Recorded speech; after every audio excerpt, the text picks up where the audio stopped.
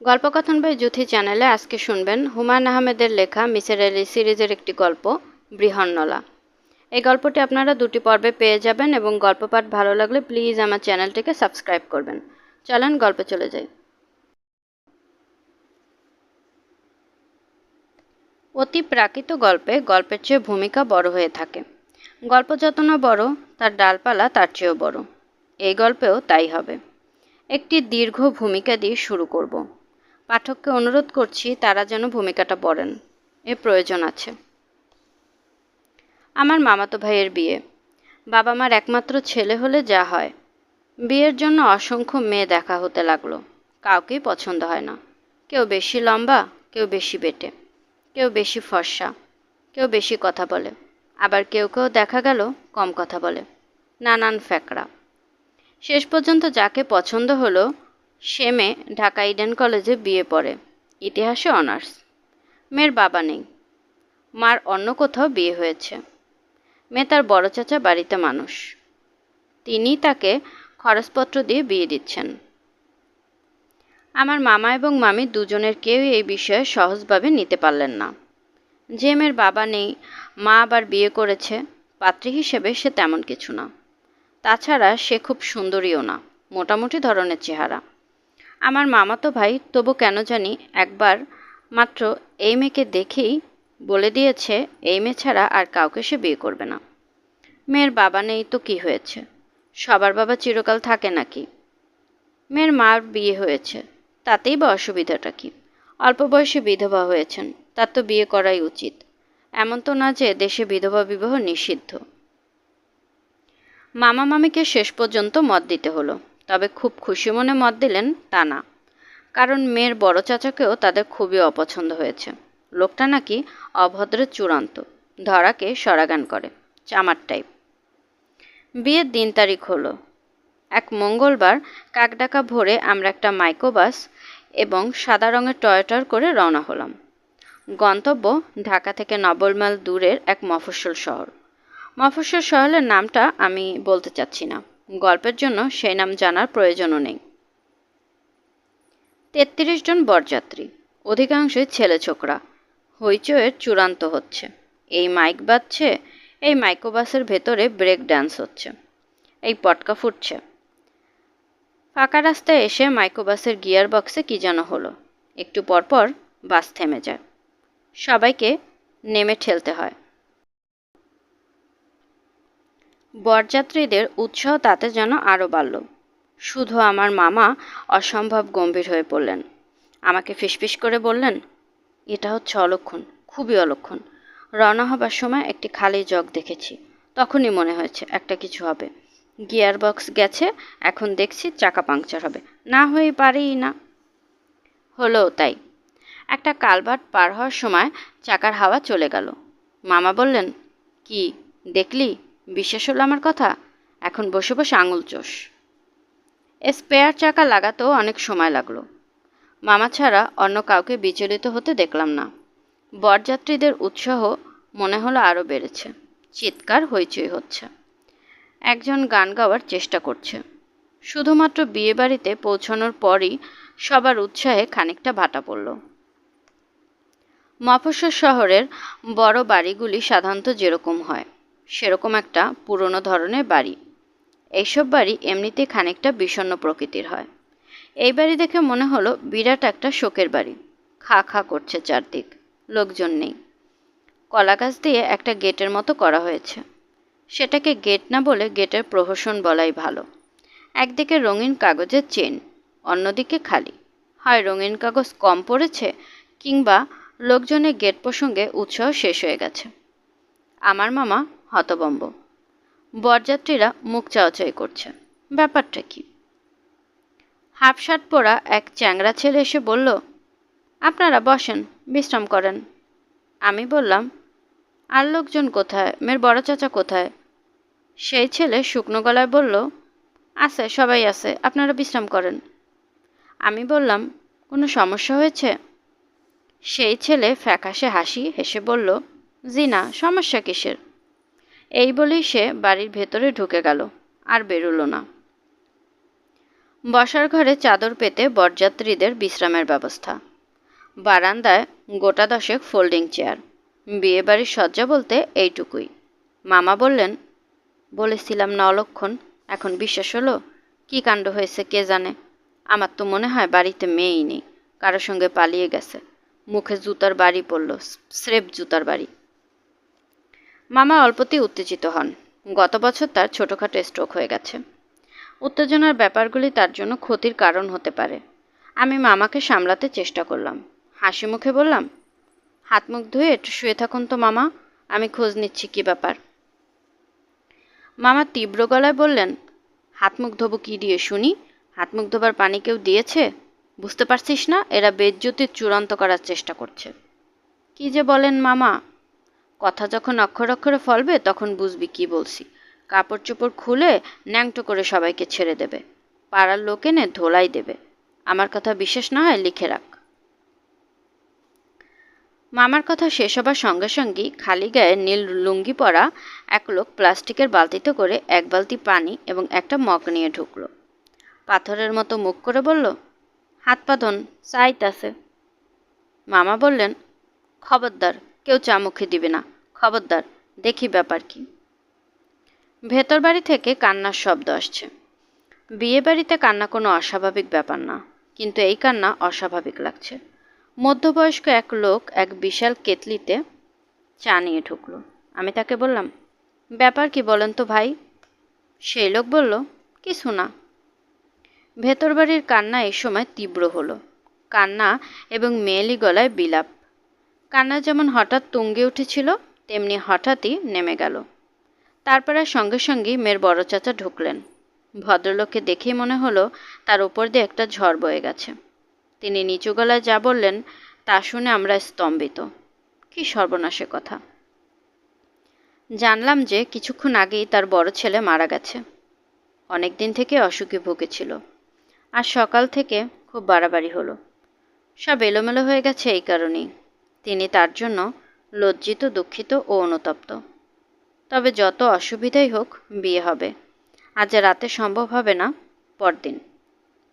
এই কথা বলতে বলতে তিনি হাউমাউ করে কাঁদতে লাগলেন।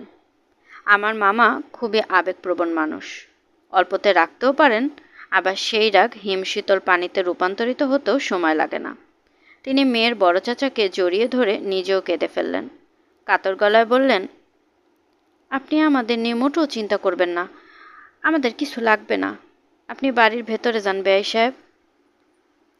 অদ্ভুত একটা অবস্থা। এর চেয়ে যদি শুনতাম মেয়ে পালিয়ে গেছে তাও ভালো ছিল, কারো ওপর রাগ ঢেলে ফেলা যেত। আমরা বরযাত্রীরা খুবই বিব্রত বোধ করছি। স্থানীয় লোকজন এখন দেখতে পাচ্ছি। তারা বোধ হয় এতক্ষণ ভেতরে বাড়িতে ছিলেন। আমরা বসার ঘরেই আছি। খিদে এক একজনে প্রায় মরতে বসেছি। খাবারের কোনো ব্যবস্থা হচ্ছে কিনা বুঝতে পারছি না। এই পরিস্থিতিতে খাবারের কথা জিজ্ঞেসও করা যায় না। একজন মামাকে কানে কানে এই ব্যাপারে বলতেই তিনি রাগে গলায় বললেন, তোমাদের কি মাথা টাথা খারাপ হয়েছে? এত বড় একটা শোকের ব্যাপার, আর তোমরা খাওয়ার চিন্তা অস্থির। সি সি সি সি সি সি। এক রাত না খেলে হয় কি? খবরদার, আমার সামনে কেউ খাবারের কথা মুখ দিয়ে উচ্চারণ করবে না। আমরা চুপ করে গেলাম। 12-13 বছরে ফুটফুটে একটি মেয়ে এসে পান ভর্তি একটা পানদান রেখে গেল। কাঁদতে কাঁদতে মেয়েটি চোখ ফুলিয়ে ফেলেছে, এখনও কাঁদছে। মামা মেয়েটিকে বললেন, লক্ষ্মী সোনা, তোমাদের মোটেই ব্যস্ত হতে হবে না, আমাদের কিছুই লাগবে না। রাত 8টার দিকে থাকা এবং খাওয়ার সমস্যার একটা সমাধান হলো। স্থানীয় লোকজন ঠিক করলেন প্রত্যেকেই তাদের বাড়িতে 1-2 করে গেস্ট নিয়ে যাবেন। বিয়ে হবে পরদিন সকালে। আমাকে যিনি নিয়ে চললেন তার নাম সুধাকান্ত ভৌমিক। ভদ্রলোকের বয়স 60-এর কাছাকাছি। বেঁটেখাটো মানুষ, শক্ত সমর্থ চেহারা। এই বয়সেও দ্রুত হাঁটতে পারেন। ভদ্রলোক মৃদুভাষী, মাথার চুল ধবধবে সাদা। গেরুয়া রঙের একটা চাদর দিয়ে নিজেকে জড়িয়ে রেখেছেন বলেই কেমন যেন ঋষি ঋষি লাগছে। আমি বললাম, সুধাকান্ত বাবু, আপনার বাসা কত দূর? উনি বললেন, কাছেই। গ্রাম এবং মফস্বলের লোকদের দূরত্ব সম্পর্কে কোনো ধারণা নেই। তাদের কাছেই আসলে দিল্লির হুনুসদুর অস্তের মতো। আমি হাঁটছি তো হাঁটছি। অগ্রহায়ণ মাস, গ্রামে এই সময় ভালো শীত থাকে। আমার গায়ে পাতলা একটা পাঞ্জাবি, শীত ভালোই লাগছে। আমি আবার বললাম, ভাই কত দূর? কাছি। আমরা একটা নদীর কাছাকাছি এসে পড়লাম। আতকে উঠে বললাম, নদী পার হতে হবে নাকি? পানি নেই, জুতো খুলে হাতে নিয়ে নিন। রাগে আমার গা জ্বলে গেল। এই লোকের সঙ্গে আসাই উচিত হয়নি। আমি জুতো খুলে পাজামা গুটিয়ে নিলাম। হেঁটে নদী পার হওয়ার কোনো আনন্দ থাকলেও থাকতে পারে, আমি কোনো আনন্দ পেলাম না। শুধু ভয় হচ্ছে কোনো গভীর খানাখন্দে পড়ে যায় কিনা। তবে নদীর পানি বেশ গরম। সুধাকান্তবাবু বললেন, আপনাকে কষ্ট দিলাম। ভদ্রতা করে হলেও আমার বলা উচিত, না কষ্ট কিসের, তা বললাম না। নদী পার হয়ে পাজামা নামাচ্ছি। সুধাকান্তবাবু বললেন, আপনি ছেলের কে হন? ফুফাতো ভাই। বিয়েটা না হলে ভালো হয়। সকালে সবাইকে বুঝিয়ে বলবেন। সে কি, মেয়েটার কারণে ছেলেটা মরল, এখন চট করে বিয়ে হওয়া ঠিক না। কিছুদিন যাওয়া উচিত। কি বলছেন এসব? ছেলেটা সকালবেলা বিষ খেয়েছে, ধুতরা বিষ। এই অঞ্চলে ধুতরা খুব হয়। আপনি বলছেন কি ভাই? ছেলের বাবা রাজি হলেই পারত। ছেলেটা বাঁচত, গোয়ার গোবিন্দ মানুষ, তার নাম আনিই না। ছেলেমেয়ের এই প্রেমের ব্যাপারটা সবাই জানে নাকি? জানবে না কেন? মফস্বল শহরে এসব চাপা থাকে না। আপনাদের শহরে অন্য কথা, আকসার হচ্ছে। আমার মনটা খারাপ হয়ে গেল। একই সমস্যা। বাকি পথ দুজন নীরবে পার হলাম। পুরোপুরি নীরব বলাটা বোধহয় ঠিক হলো না। ভদ্রলোক নিজের মনেই মাঝে মাঝে বিড়বিড় করছিলেন, মন্ত্রতন্ত্র বোধহয় পড়ছিলেন। ভদ্রলোকের বাড়ি একেবারে জঙ্গলের মধ্যে। একতলা পাকা দালান, প্রশস্ত উঠোন। উঠোনের মাঝখানে তুলসী মঞ্চ। বাড়ির লাগোয়া দুটি প্রকাণ্ড কামিনী গাছ। একপাশে কুয়া আছে। হিন্দু বাড়িগুলো যেমন থাকে, ছবির মতো পরিচ্ছন্ন। উঠোনে দাঁড়াতেই মনে শান্তি শান্তি একটা ভাব হলো। আমি বললাম, এত চুপচাপ কেন? বাড়িতে লোকজন নেই? না। আপনি একা নাকি? হুম। বলেন কি, একা একা এত বড় বাড়িতে থাকেন? আগে অনেক লোকজন ছিল, কিছু মরে গেছে, কিছু চলে গেছে ইন্ডিয়াতে। এখন আমি একাই আছি। আপনি স্নান করে ফেলুন। স্নান ফান লাগবে না, আপনি কিছু খাবারের ব্যবস্থা করুন, তাহলেই হবে। একটু সময় লাগবে, রান্নার জোগাড় করতে হবে। আপনি কি এখন রান্না করবেন? রান্না না করলে খাবেন কি?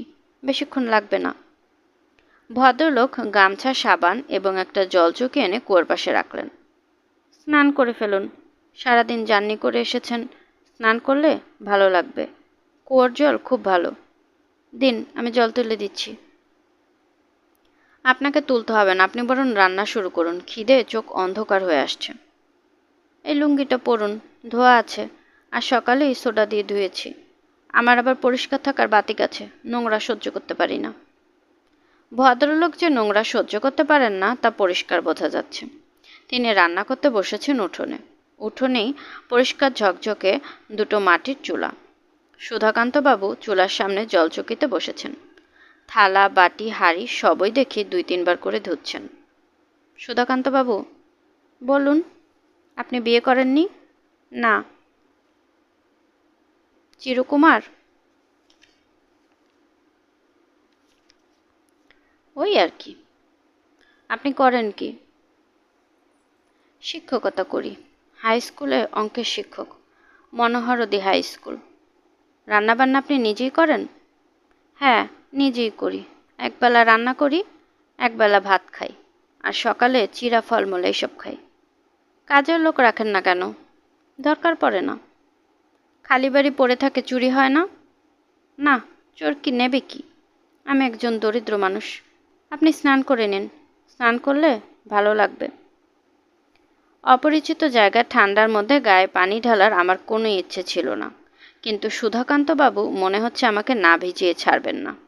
লোকটি সম্ভবত সূচিবায়ুগ্রস্ত। কুয়োর পানি নদীর পানির মতো গরম নয়, খুব ঠান্ডা। পানি গায়ে দিতে গা জুড়িয়ে গেল। সারাদিনের ক্লান্তি, বিয়েবাড়ির উদ্বেগ, মৃত্যু সংক্রান্ত জটিলতা সব ধুয়ে মুছে গেল। চমৎকার লাগতে লাগলো। তাছাড়া পরিবেশটাও বেশ অদ্ভুত। পুরনো ধরনের একটি বাড়ি, ঝকঝকে উঠোনের শেষ প্রান্তে শ্যাওলা ধরা প্রাচীন কুয়া, আকাশে পরিষ্কার চাঁদ, কামিনী ফুলের গাছ থেকে ভেসে আসছে মিষ্টি গন্ধ। এক ঋষির মতো চেহারার চিরকুমার বৃদ্ধ রান্না বসিয়েছে, যেন বিভূতিভূষণের উপন্যাসের কোনো দৃশ্য। সুধাকান্তবাবু, বলুন, রান্না কত দূর? দেরি হবে না। একা একা থাকতে আপনার খারাপ লাগে না? না, অভ্যেস হয়ে গেছে। বাসায় ফিরে আপনি করেন কি? তেমন কিছু করি না, চুপচাপ বসে থাকি। ভয় লাগে না? সুধাকান্তবাবু এই প্রশ্নের জবাব দিলেন না। খাবার আয়োজন সামান্য, তবে এত চমৎকার রান্না আমি দীর্ঘদিন খাইনি। একটা কিসের যেন ভাজি, তাতে পাঁচফোড়নের গন্ধ, খেতে একটু টকটক, বেগুন দিয়ে ডিমের তরকারি, তাতে ডালের বড়ি দেওয়া। ডালের বড়ি এর আগে আমি খাইনি। এমন একটা সুখাদ্য দেশে প্রচলিত আছে তাই আমার জানা ছিল না। মুগের ডাল, ডালে ঘি দেওয়াতে অপূর্ব গন্ধ। আমি বললাম, সুধাকান্তবাবু, এত চমৎকার খাবার আমি আমার জীবনে খাইনি, দীর্ঘদিন মনে থাকবে। সুধাকান্তবাবু বললেন, আপনি ক্ষুধার্ত ছিলেন, তাই ভালো লেগেছে। রুচির রহস্য ক্ষুধায়। যেখানে ক্ষুধা নেই সেখানে রুচিও নেই। আমি চমৎকৃত হলাম। লোকটির চেহারায় শুধু দার্শনিকের মতো না, কথাবার্তাও দর্শন ঘেঁষা। সুধাকান্তবাবু উঠোনে পাটি পেতে দিলেন। খাওয়া দাওয়ার পর সিগারেট হাতে সেখানে বসলাম। কিছুক্ষণ গল্পগুজব করা যেতে পারে। সুধাকান্তবাবুকে অবশ্য খুব আলাপি লোক বলে মনে হচ্ছে না। এই যে দীর্ঘ সময় তার সঙ্গে আছি, তিনি এর মধ্যে আমার নাম জানতে চাননি, আমি কি করি তাও জানতে চাননি। আমি এই মানুষটির প্রতি যথেষ্ট আগ্রহ বোধ করছি, কিন্তু এই লোকটা আমার প্রতি কোনো আগ্রহ বোধ করছে না। অথচ আমি আমার অভিজ্ঞতায় দেখেছি, যারা মাস্টারি করে তারা কথা বলতে খুব পছন্দ করে, অকারণেই কথা বলে। প্রায় মিনিট 15 আমরা চুপচাপ বসে থাকার পর সুধাকান্তবাবু আমাকে অবাক করে দিয়ে বললেন, আপনি জিজ্ঞেস করেছিলেন একা একা আমি এই বাড়িতে থাকতে ভয় পাই কিনা, তাই না? আমি বললাম, হ্যাঁ তাই। সুধাকান্তবাবু বললেন, ভয় পাই। প্রায় রাতেই ঘুমোতে পারি না, জেগে থাকি। ঘরের ভেতর আগুন দিয়ে রাখি, হারিকেন জ্বালানো থাকে। ওরা আগুন ভয় পায়, আগুন থাকলে কাছে আসে না। আমি অবাক হয়ে বললাম, কারা? তিনি জবাব দিলেন না। আমি বললাম, আপনি ভূত প্রেতের কথা বলছেন? হ্যাঁ। আমি মনে মনে একটা দীর্ঘ নিঃশ্বাস ফেললাম। পৃথিবী কোথায় চলে গেছে। আর এই বৃদ্ধ তা বোধহয় জানে না, চাঁদের পিঠে মানুষের জুতোর ছাপ পড়েছে। ভাইকিং উপগ্রহ নেমেছে মঙ্গলের মরুভূমিতে। ভয়েজার 1 এবং 2 উড়ে গেছে বৃহস্পতির কিনার ঘেঁষে। আর এই অঙ্কের শিক্ষক ভূতের ভয়ে ঘরে আগুন জ্বালিয়ে রাখছে, কারণ অশরীরা আগুন ভয় পায়। আমি বললাম, আপনি কি ওদের দেখেছেন কখনো? না। ওদের পায়ের শব্দ পান? তাও না। তাহলে? বুঝতে পারি। বুঝতে পারেন? জি, আপনি যখন আছেন আপনিও বুঝবেন। ওদের কাণ্ড কারখানা দেখতে পাবো তাই বলছেন? তবে ওদের না, একজন শুধু আসে। তাও ভালো যে একজন আসে, আমি ভেবেছিলাম দলবল নিয়ে বোধহয় চলে আসে, নাচ গান হই হল্লা করে। আপনি আমার কথা একেবারেই বিশ্বাস করছেন না। ঠিকই ধরেছেন, বিশ্বাস করছি না। অবশ্য এই মুহূর্তে আমার গা ছমছম করছে, কারণ আপনার পরিবেশটা ভৌতিক। সুধাকান্তবাবু বললেন, ওরা কিন্তু আসে। আমি চুপ করে রইলাম। এই বৃদ্ধের সঙ্গে ভূত আছে কি নেই তা নিয়ে তর্ক করা কোনো অর্থ হয় না, থাকলে থাকুক। আমার কাছে যে আসে সে একটা মেয়ে। তাই নাকি? জি, 11-12 বছর বয়স। বুঝলেন কি করে তার 11-12 বছর? আপনাকে বলেছে? জি না, অনুমান করে বলছি। তার নাম কি, নাম জানেন? জি না। সে এসে কি করে? সুধাকান্তবাবু বললেন, মেয়েটি যে আসে এই কি যথেষ্ট নয়? তার কি আর কিছু করার প্রয়োজন আছে? আমি চুপ করে গেলাম। আসলেই তো, অশরীরী এক বালিকার উপস্থিতিই তো যথেষ্ট। সুধাকান্তবাবু বললেন, আপনি নিজেও হয়তো দেখতে পারবেন। আমি চমকে উঠলাম। ভদ্রলোক সহস্বরে বললেন, আমি ছাড়াও অনেকে দেখেছে। সুধাকান্তবাবু ছোট্ট নিঃশ্বাস ফেললেন এবং তার সঙ্গে সঙ্গে বিকট একটা হাসি শুনলাম। উঠোন কাঁপিয়ে, গাছপালা কাঁপিয়ে হো হো করে কে যেন হেসে উঠল। সুধাকান্তবাবু পাশে না থাকলে অজ্ঞানী হয়ে যেতাম। আমি তীক্ষ্ণ গলায় চেঁচিয়ে উঠলাম, কে কে? সুধাকান্তবাবু বললেন, ওটা কিছু না। আমি ভয় জড়ানো গলায় বললাম, কিছু না মানে? ওটা খাটাস, মানুষের মতো শব্দ করে হাসে। বলেন কি? খাটাসের নাম তো এই প্রথম শুনলাম। এ তো ভূতের বাবা বলে মনে হচ্ছে। এখনও আমার গা কাঁপছে। জল খান, জল খেলে ভয়টা কমবে।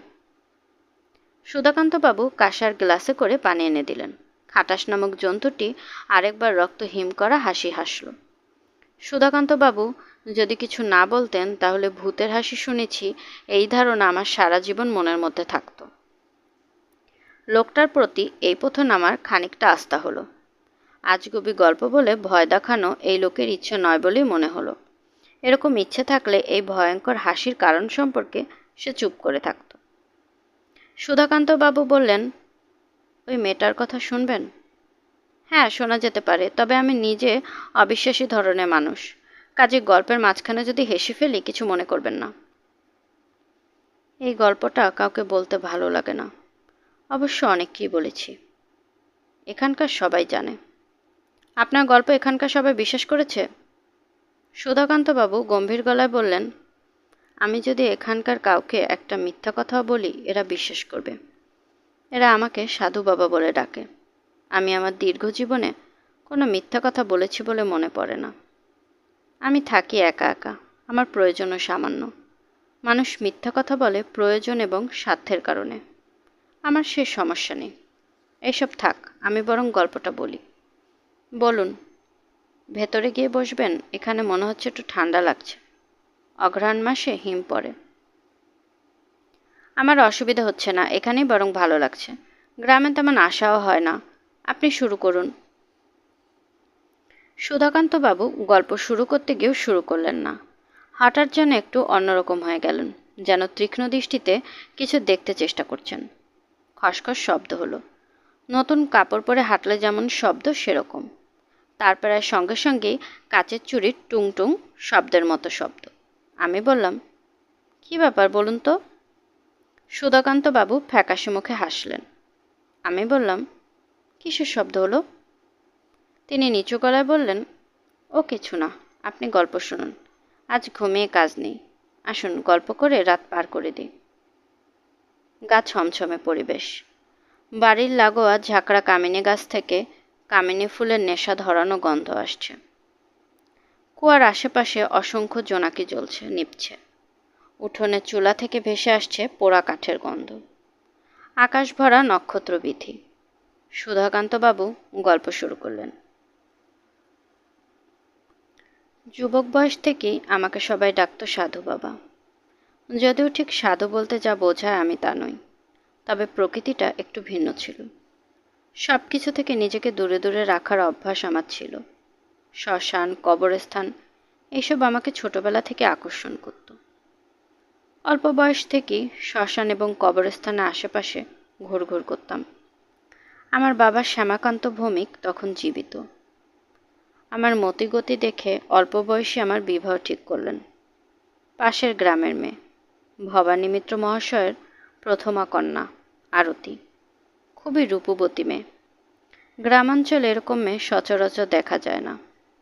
আমি বিবাহ করতে রাজি হলাম। কথাবার্তা পাকাপাকি হয়ে যাবার পর একটা দুর্ঘটনায় মেয়েটা মারা গেল। কি দুর্ঘটনা? সাপের কামড়। আমাদের এই অঞ্চলে সাপের উপদ্রব আছে, বিশেষ করে কেউটে সাপ। তারপর কি হলো বলুন। মেয়েটির মৃত্যুতে খুব শোক পেলাম। প্রায় মাথা খারাপের মতো হয়ে গেল। কিছুই ভালো লাগে না। রাত বেরিতে শ্মশানে গিয়ে বসে থাকি। সমাজ সংসার কিছুতেই মন বসে না। গভীর বৈরাগ্য। কিছুদিন সাধু সন্ন্যাসীর খোঁজ করলাম। ইচ্ছে ছিল উপযুক্ত গুরুর সন্ধান পেলে মন্ত্র নেব। তেমন কাউকে পেলাম না। আমার বাবা অন্যত্র আবার বিবাহের চেষ্টা করলেন। আমি রাজি হলাম না।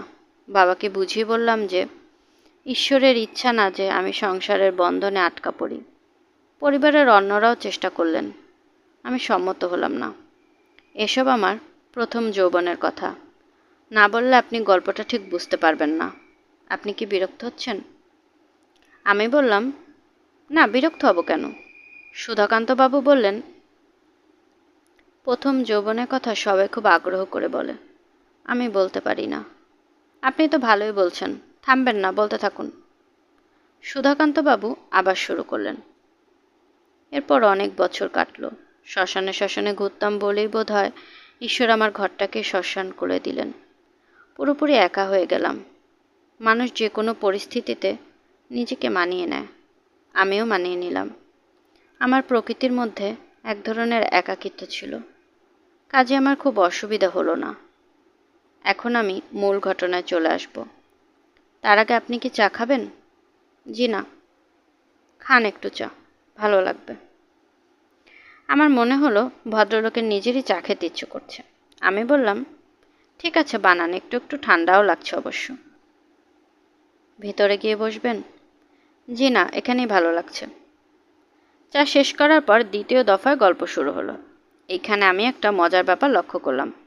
আমার কাছে মনে হলো ভদ্রলোকের গলার স্বর পাল্টে গেছে। আগে যে স্বরে কথা বলছিলেন এখন সেই স্বরে বলছেন না। একটা পরিবর্তন হয়েছে। আমার মনের ভুল হতে পারে। অনেক সময় পরিবেশের কারণে সব কিছু অন্যরকম লাগে। সুধাকান্তবাবু বলতে শুরু করলেন। গত বৎসরের কথা, কার্তিক মাস। আমি বাড়ি ফিরেছি। রাত প্রায় 10টা কিংবা তার চেয়েও বেশি হতে পারে। আমার ঘড়ি নেই, সময়ের হিসাব ঠিক থাকে না। আমি সুধাকান্তবাবুকে থামিয়ে দিয়ে জিজ্ঞেস করলাম, আপনার স্কুল তো নিশ্চয়ই 4টা-5টার দিকে ছুটি হয়, এত রাতে ফিরেছেন কেন? সুধাকান্তবাবু নিচু গলায় বললেন, রোজই এই সময় বাড়ি ফিরি। সকাল সকাল বাড়ি ফেরার কোনো উৎসাহ বোধ করি না। পাবলিক লাইব্রেরি আছে, ওইখানে পত্রিকা টত্রিকা পড়ি, গল্পের বই পড়ি। তারপর বলুন কি হলো? তারিখটা হচ্ছে 12ই কার্তিক, সোমবার। আমি মানুষ হিসেবে বেশ সাহসী। রাত বিরেতে একা একা ঘোরাফেরা করি। ওই রাতে রাস্তায় নেমেই আমার ভয় ভয় করতে লাগলো। কী জন্য ভয় করছে সেটাও বুঝলাম না। তখন মনে হলো রাস্তা একটা পাগলা কুকুর বের হয়েছে। ভয়টা বোধহয় ওই কুকুরের কারণে। আমি একটা লাঠি হাতে নিলাম। শুক্লপক্ষের রাত, ফকফকা জ্যোৎস্না, তবু পরিষ্কার সব কিছু দেখা যাচ্ছে না, কারণ কুয়াশা। কার্তিক মাসের শেষে এদিকে বেশ কুয়াশা হয়। নদীর কাছাকাছি আসতেই কুকুরটাকে দেখলাম। গাছের নিচে শুয়েছিল। আমাকে দেখে উঠে দাঁড়ালো এবং পিছনে পিছনে আসতে লাগলো। মাঝে মাঝে চাপা শব্দ করছে। পাগলা কুকুর পেছনে পেছনে আসছে, আমি এগুচ্ছি। ব্যাপারটা খুব ভয়াবহ। যে কোনো মুহূর্তে এই কুকুর ছুটে এসে কামড়ে ধরতে পারে। আমি কুকুরটাকে তাড়াবার চেষ্টা করলাম, ঢিল ছুড়লাম, লাঠি দিয়ে ভয় দেখালাম। কুকুর নড়ে না, দাঁড়িয়ে থাকে, চাপা শব্দ করতে থাকে। আমি হাঁটতে শুরু করলেই সেও হাঁটতে শুরু করে। যাই হোক, আমি কোনো ক্রমে নদীর পাড়ে এসে পৌঁছালাম। তখন আমার খানিকটা সাহস ফিরে এলো, কারণ পাগলা কুকুর পানিতে নামে না, পানি দেখলে ওরা ছুটে পালায়। অদ্ভুত কাণ্ড, কুকুর পানি দেখে ছুটে পালালো না, আমার পেছনে পেছনে পানিতে নেমে পড়ল। আমার বিস্ময়ের সীমা রইল না। আমি নদীর ওপারে উঠলাম, কুকুরটা উঠল, আর ঠিক তখন একটা ব্যাপার ঘটল। সুধাকান্তবাবু থামলেন। আমি বিরক্ত গলায় বললাম, আপনি জটিল জায়গাগুলোতে দয়া করে থামবেন না, গল্পের মজা নষ্ট হয়ে যায়। সুধাকান্তবাবু বললেন, এটা কোনো গল্প না। ঘটনাটা কিভাবে বলবো ঠিক বুঝতে পারছি না বলে থেমেছি। আপনি মোটামুটিভাবেই বলুন, আমি বুঝে নেব। কুকুরটা আমার খুব কাছাকাছি চলে এলো। পাগলা কুকুর আপনি খুব কাছ থেকে দেখেছেন কিনা জানি না। ভয়ঙ্কর দৃশ্য। সারাক্ষণ হাঁ করে থাকে, মুখ দিয়ে লালা পড়ে, চোখের দৃষ্টিটা অন্যরকম। আমি ভয়ে কাঠ হয়ে গেছি। ছুটে পালাবো বলে ঠিক করেছি। ঠিক তখন কুকুরটা কেন জানি ভয় পেয়ে গেল, অস্বাভাবিক ভয়। একবার এদিকে যাচ্ছে, একবার ওদিকে যাচ্ছে। চাপা আওয়াজটা তার গলায় আর নেই, সে ঘেউ ঘেউ করছে। আমার কাছে মনে হলো সে কুকুরের পাশে আমাকে কি যেন বলার চেষ্টা করছে। এরকম চলল মিনিট 5। তারপরে সে নদীতে ঝাঁপ দিয়ে পড়ল, সাঁতরে ওপারে চলে গেল। পুরোপুরি কিন্তু গেল না, ওপারে দাঁড়িয়ে রইল এবং ক্রমাগত ডাকতে থাকলো। তারপর আমি একটা সিগারেট ধরালাম। তখন আমি ধূমপান করতাম, মাস 3 হলো ছেড়ে দিয়েছি। যাই হোক, সিগারেট ধরাবার পর ভয়টা পুরোপুরি কেটে গেল। হাত থেকে লাঠি ফেলে দিলাম, বাড়ির দিকে রওনা হব বলে ভাবছি। হঠাৎ মনে হলো নদীর ঘাড় ঘেঁষে বড় হওয়া ঘাসগুলোর মাঝখান থেকে কি একটা নড়ে গেল। আপনি আবার ভয় পেলেন? না, ভয় পেলাম না। একবার ভয় কেটে গেলে মানুষ চট করে আর ভয় পায় না। আমি এগিয়ে গেলাম। কুকুরটা তখনও আছে? হ্যাঁ, আছে। তারপর বলুন। কাছাকাছি এগিয়ে গিয়ে দেখলাম একটা মেয়ের ডেড বডি। 11-12 বছর বয়স, পরনে ডোরাকাটা শাড়ি। বলেন কি আপনি? যা দেখলাম তাই বলছি। মেয়েটা যে মরে আছে তা বুঝলেন কি করে? যে কেউ বুঝবে। মেয়েটা মরে শক্ত হয়ে আছে, হাত মুঠিবদ্ধ করা, মুখের কোষে রক্ত জমে আছে। কি সর্বনাশ! আমি দীর্ঘ সময় মেয়েটার সামনে দাঁড়িয়ে রইলাম। ভয় পেলেন না? না, ভয় পেলাম না। আপনাকে তো আগেই বলেছি, একবার ভয় পেলে মানুষ দ্বিতীয়বার চট করে ভয় পায় না। তারপর কি হলো বলুন। মনটা খুবই খারাপ হয়ে গেল। বাচ্চা একটা মেয়ে এইভাবে মরে পড়ে আছে, কেউ জানে না। কিভাবে না জানি বেচারি মরল। ডেড বডি এখানে ফেলে রেখে যেতে ইচ্ছে করলো না। ফেলে গেলে শিয়াল কুকুরে ছিঁড়ে করে খাবে। আমার মনে হলো এই মেয়েটাকে নিয়ে যাওয়া উচিত। আশ্চর্য তো! আশ্চর্যের কিছু নেই। আমার অবস্থায় পড়লে আপনিও ঠিক তাই করতেন। না, আমি তা করতাম না। চিৎকার করে লোক ডাকাডাকি করতাম। আশেপাশে কোনো বাড়ি ঘর নেই। আপনি কাকে ডাকতেন? তারপর কি হলো বলুন।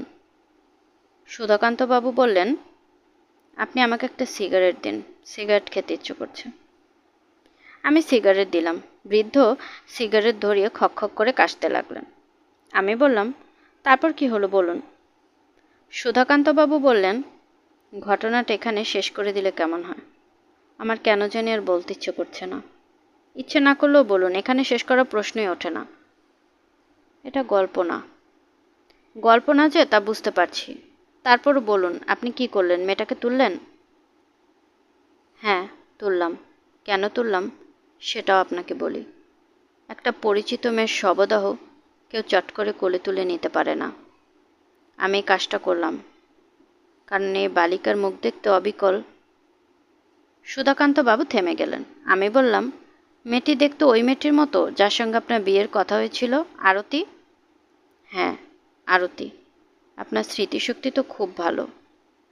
আপনি আপনার গল্পটা বলে শেষ করুন। মেয়েটি দেখতে অবিকল আরতির মতো।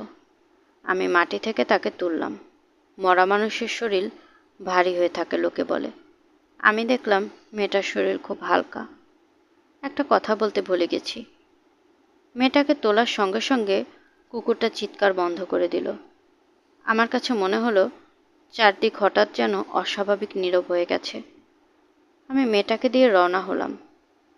আপনার ভয় করলো না? না, ভয় করিনি। মেয়েটার জন্য মমতা লাগছিল। আমার চোখে প্রায় পানি এসে গিয়েছিল। কান্নাকার মেয়ে কোথায় এসে মরে পড়ে আছে। বাড়িতে এসে পৌঁছালাম। মনে হচ্ছে নিশুতি রাত। আমি কোলে করে একটা মৃতা বালিকা নিয়ে এসেছি, অথচ আমার মোটেও ভয় করছে না। আমি মেয়েটিকে ঘাড়ের উপর শুয়ে রেখে তালা খুলে ঘরে ঢুকলাম। তখন জানি বুকটা কেঁপে উঠল, হাত পা ঠান্ডা হয়ে এলো। আমি ভাবলাম ঘর অন্ধকার বলেই এরকম হচ্ছে, আলো জ্বাললেই ভয় কেটে যাবে। মেয়েটাকে আমি বিছানায় শুয়ে দিলাম। খাটের নিচে হারিকেন থাকে। আমি হারিকেন বের করলাম। ভয়টা যেন ক্রমেই বাড়তে লাগলো। মনে হলো ঘরের বাইরে অনেকে দাঁড়িয়ে আছে। অবাক হয়ে আমার কাণ্ড কারখানা দেখছে। যেন আমার সমস্ত আত্মীয় স্বজনরা চলে এসেছে। আমার বাবা, আমার ঠাকুরদা, আমার ছোট পিসি কেউ বাদ নেই। ওরা যে নিজেদের মধ্যে ফিসফিস করছে তাও শুনতে পাচ্ছি। হারিকেন জ্বালাতে অনেক সময় লাগলো। হাত কেঁপে যায়, দেশলাই কাঠি নেবে যায়, সলতার আগুন ধরতে চায় না। টপ টপ করে আমার গা দিয়ে ঘাম ঝরছে। শেষ পর্যন্ত হারিকেন জ্বলল। আমার নিঃশ্বাস স্বাভাবিক হয়ে এলো। আমি খাটের দিকে তাকালাম। এটা আমি কি দেখছি? এটা কি সম্ভব? এসব কি? আমি দেখলাম মেয়েটা খাটের উপর বসে আছে, বড় বড় চোখে তাকিয়ে আছে আমার দিকে। আমার পায়ের নিচে মাটি কেঁপে উঠল। মনে হলো মাথা ঘুরে পড়ে যাচ্ছি। আমি স্পষ্ট শুনলাম উঠোন থেকে ভয়ার্ত গলে আমার বাবা ডাকছেন, ও সুধাকান্ত, ও সুধাকান্ত তুই বেরিয়ে আয়, ও সুধাকান্ত তুই বেরিয়ে আয়, ও বাপধন বেরিয়ে আয়। আমি বেরিয়ে আসতে চাইলাম, পারলাম না। পা যেন মাটির সঙ্গে গেঁথে আছে। আমি মেয়েটির উপর থেকে চোখ সরিয়ে নিতে পারলাম না। মেয়েটি একটু যেন নড়ে উঠল। কিশোরীদের মতো নরম ও কোমল গলায় একটু টেনে টেনে বলল, তুমি একা একা থাকো, বড় মায়া লাগে গো। কতবার ভাবি তোমারে দেখতে আসবো, তুমি কি আমারে চিনতে পারছো? আমি আরতি গো, আরতি। তুমি কি আমারে চিনছো? আমি মন্ত্রমুগ্ধের মতো বললাম, হ্যাঁ, তোমার জন্য বড় মায়া লাগে গো, বড় মায়া। একা একা তুমি থাকো, বড় মায়া লাগে। আমি কত ভাবি তোমার কথা, তুমি ভাবো না? আমি যন্ত্রের মতো বললাম, ভাবি। আমার মনে হলো বাড়ির উঠোনে আমার সমস্ত মৃত আত্মীয় স্বজন ভিড় করেছে। 8 বছর বয়সে আমার একটা বোন পানিতে পড়ে মারা গিয়েছিল। সেও ব্যাকুল হয়ে ডাকছে, ও দাদা তুই বেরিয়ে আয় দাদা।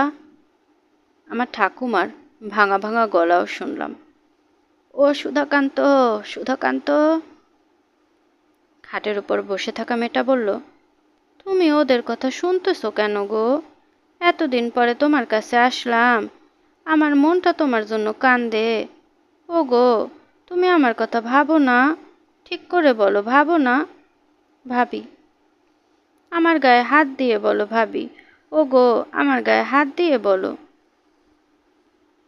আমি ঘোরের মধ্যে আছি। সবটাই যেন হচ্ছে স্বপ্নে। স্বপ্নে সবই সম্ভব। আমি মেয়েটির গায়ে স্পর্শ করার জন্য এগুলাম। তখনই আমার মৃতা মা উঠোন থেকে চেঁচিয়ে বললেন, খবরদার সুধাকান্ত, খবরদার। আমার ঘোর কেটে গেল। এ আমি কি করছি? এ আমি কি করছি? আমি হাতে ধরে রাখা হারিকেন ছুঁড়ে ফেলে দিয়ে ছুটে ঘর থেকে বেরোতে গেলাম। খাটের উপর বসে থাকা মেয়েটি পেছন থেকে আমার উপর ঝাঁপিয়ে পড়ল। আমার ডান পায়ের গোড়ালি কামড়ে ধরল। ভয়াবহ কামড়। মনে হলো পায়ের হাড়ে সে দাঁত ফুটিয়ে দিয়েছে। সে হাত দিয়ে আমাকে ধরল না, কামড়ে ধরে রাখলো। আমি প্রাণপণ চেষ্টা করলাম বেরিয়ে যেতে, কিছুতেই পারলাম না। এতটুকু একটা মেয়ে, কি প্রচণ্ড তার শক্তি। আমি প্রাণেপণে চেঁচালাম, কে কোথায় আছো? বাঁচাও, আমাকে বাঁচাও। তখন একটা ব্যাপার ঘটল। মনে হলো কালো একটা কি যেন উঠোন থেকে ঘরের ভিতর ঝাঁপিয়ে পড়ল মেয়েটির উপর। চাপা গর্জন শোনা যেতে লাগলো। মেয়েটি আমাকে ছেড়ে দিল। আমি পা টানতে টানতে উঠোনে চলে এলাম। উঠোনে দাঁড়িয়ে বুঝতে পারলাম ভেতরে ধস্তাধস্তি হচ্ছে ওই পাগলা কুকুর এবং মেয়েটার মধ্যে। মেয়েটা তীব্র গলায় বলছে, স্যার, আমাকে স্যার। কুকুরটা ক্রুদ্ধ গর্জন করছে। সে গর্জন ঠিক কুকুরের গর্জনও নয়, অদেখা ভুবনে কোনো পশুর গর্জন। সে গর্জন ছাপিয়ে মেয়েটির গলার স্বর শোনা যাচ্ছে, আমারে খাইয়া ফেলতাছে, ও গো তুমি কই, আমারে খাইয়া ফেলতাছে। সুধাকান্ত বাবু থামলেন। আমি বললাম, তারপর? তিনি জবাব দিলেন না। আমি আবার বললাম, তারপর কি হলো সুধাকান্ত বাবু? তিনি আমার দিকে তাকালেন, যেন আমার প্রশ্ন বুঝতে পারছেন না। আমি দেখলাম তিনি থরথর করে কাঁপছেন।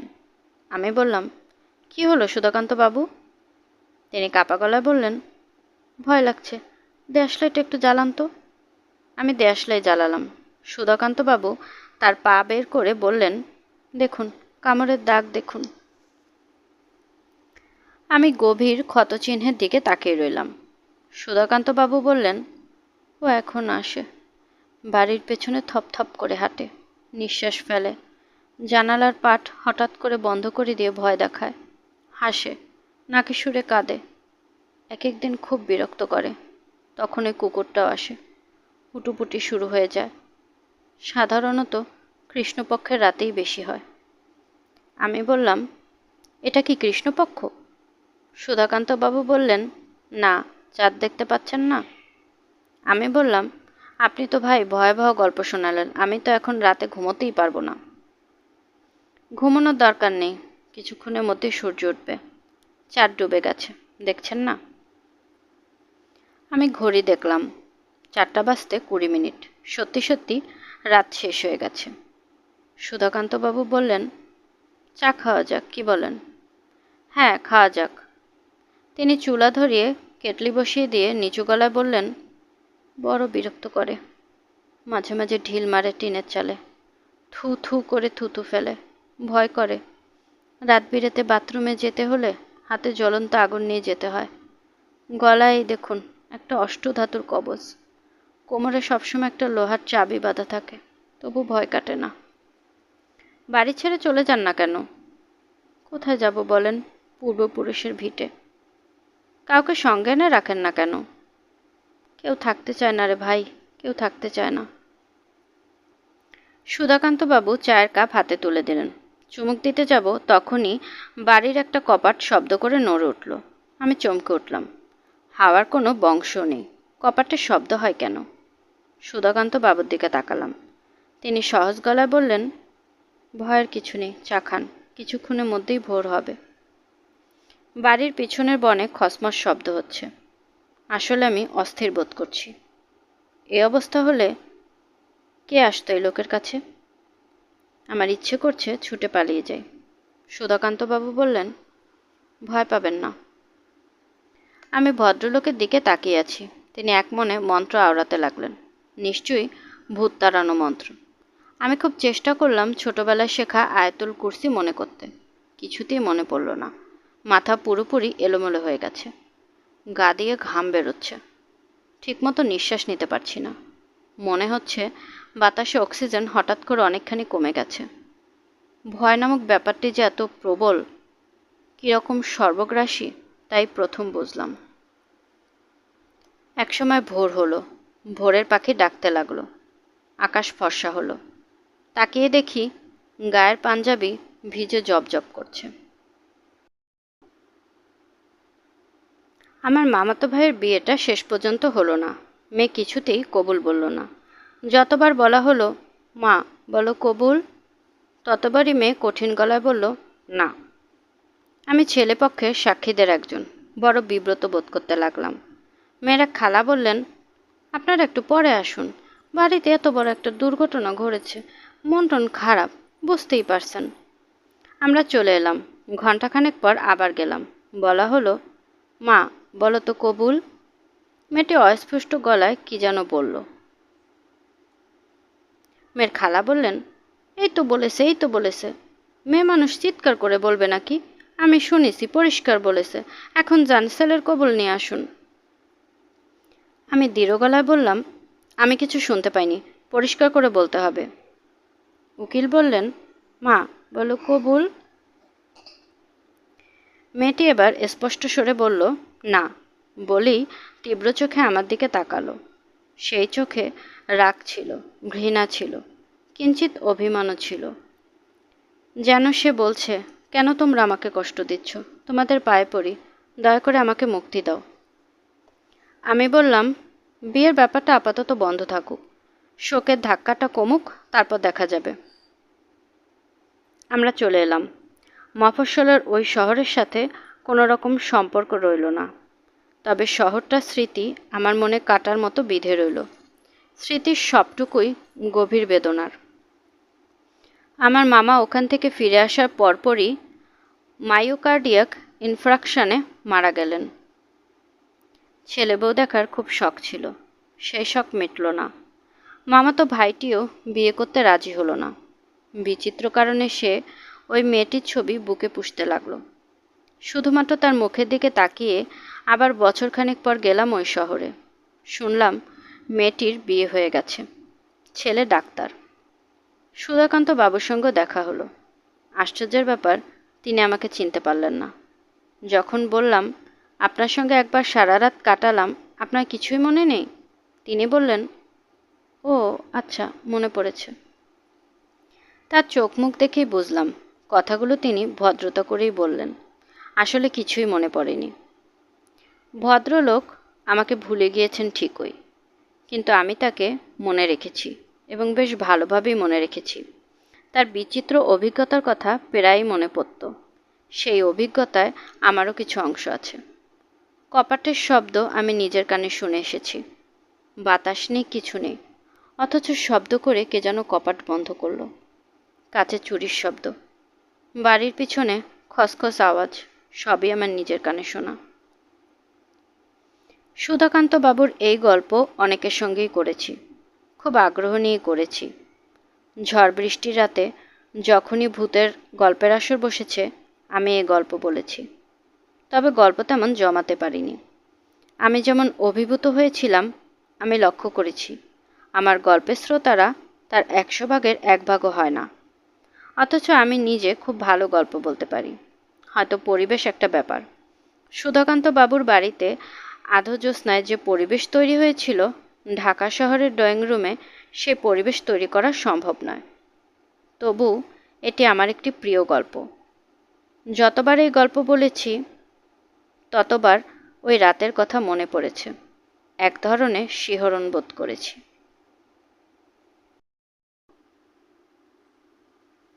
শুনছিলেন হুমায়ূন আহমেদের লেখা মিসির আলী সিরিজের একটি গল্প, বৃহন্নলা, প্রথম পর্ব। আজকের পর্বটি কেমন লাগলো কমেন্ট করে জানাতে ভুলবেন না। আমি আমার নিজের মতো করে আপনাদেরকে গল্প পাঠ করে শোনানোর চেষ্টা করছি, তাই ভুল ত্রুটি কিছু হলে আশা করি ক্ষমা সুন্দর দৃষ্টিতে দেখবেন। এবং গল্প পাঠ ভালো লাগলে প্লিজ আমার চ্যানেলটিকে সাবস্ক্রাইব করবেন। চাইলে অন্যদের সাথেও শেয়ার করতে পারেন। গল্পকথন বাই জ্যোতি চ্যানেলের সাথেই থাকবেন আশা করছি। আল্লাহ হাফেজ।